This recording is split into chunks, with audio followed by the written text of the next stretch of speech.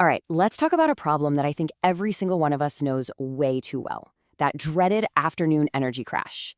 Today, we're going to dive into a much smarter approach, shifting our focus from just managing time to managing our energy. You know exactly what I'm talking about, right? It's that moment you're just staring at your screen and the words might as well be in another language. Your body's running on fumes and your brain is just gone. That, my friends, is the universal sign that your energy tank is completely empty. And this just hits the nail on the head. We can spend hours, I mean hours, setting up the perfect calendar, the perfect to-do list, but we forget the most important ingredient in the whole equation, us. If we don't have the actual energy to do the plan is useless. It's that simple. So for years, the advice has always been just manage your time better.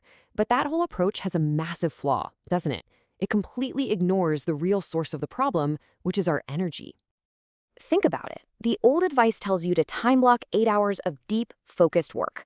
But what if you only have 3 hours of real brain power in the tank that day? Well, you're just setting yourself up to fail, but in a very organized way. The better approach? It's about understanding and working with your body's natural energy rhythms instead of trying to fight them all day long. I love this metaphor because it's so simple and so powerful. We are obsessed with our phone batteries, right? You would never expect it to run a dozen different apps when it's flashing red at 15%. So why on earth do we demand that from our own bodies and minds? It's about time we started treating ourselves like the rechargeable systems we are. And here's where it gets really interesting. It turns out we don't just have one single battery. We have 4. And to manage our energy well, we first have to understand what these different types of energy even are. So let's break them down. First up, we've got physical energy. This is the bedrock, the foundation for everything else. It's simply how your body feels, and it's directly tied to the big 3: sleep, food, and movement. If this battery is low, trust me, everything else is going to suffer. It's the main power source. Next, there's mental energy. You can think of this as your brain's CPU. It's processing power. Every single decision you make, from what to wear in the morning to how to solve a complex work problem, it all drains this battery. And that's exactly why you can feel totally wiped out after a day of meetings, even if you never left your chair. Then there's emotional energy. This is all about your capacity to handle your feelings, deal with stress, and navigate all your social interactions. You know, a tough conversation with your boss or even just being around a really negative person can drain this battery so fast, leaving you feeling snappy and just overwhelmed. And finally, there's spiritual energy. Now, this isn't about religion, it's about your sense of purpose. It's your why. It's the juice that keeps you going when things get really tough. When your work lines up with what you truly value, this battery stays charged. But when it doesn't, that's when you start feeling checked out, like you're just going through the motions. And you gotta remember, all 4 of these are connected. Okay, so now that we know about the 4 batteries, how in the world do you figure out your own personal charge cycles? Well, the answer is a super simple 1-week energy audit. Here's how you do it. I promise this is way easier than it sounds. For just 1 week, every couple of hours, jot down a number from 1 to 10, rating your overall energy, and then make a quick note. What were you doing? What did you just eat? How'd you sleep last night? The goal here is not to be perfect. You're just a detective looking for clues, for patterns. When do you peak and when do you crash? After you do your audit for a week, you'll probably start to see yourself in one of these classic patterns. Are you a morning lark, flying high before noon? Or maybe a night owl who really hits their stride late in the day? Or maybe you're a steady Eddie with pretty consistent energy all day long. And listen, there's no right or wrong pattern here. The only goal is to know your own rhythm so you can finally start working with it. So once you've identified your pattern, you can start using it to your advantage.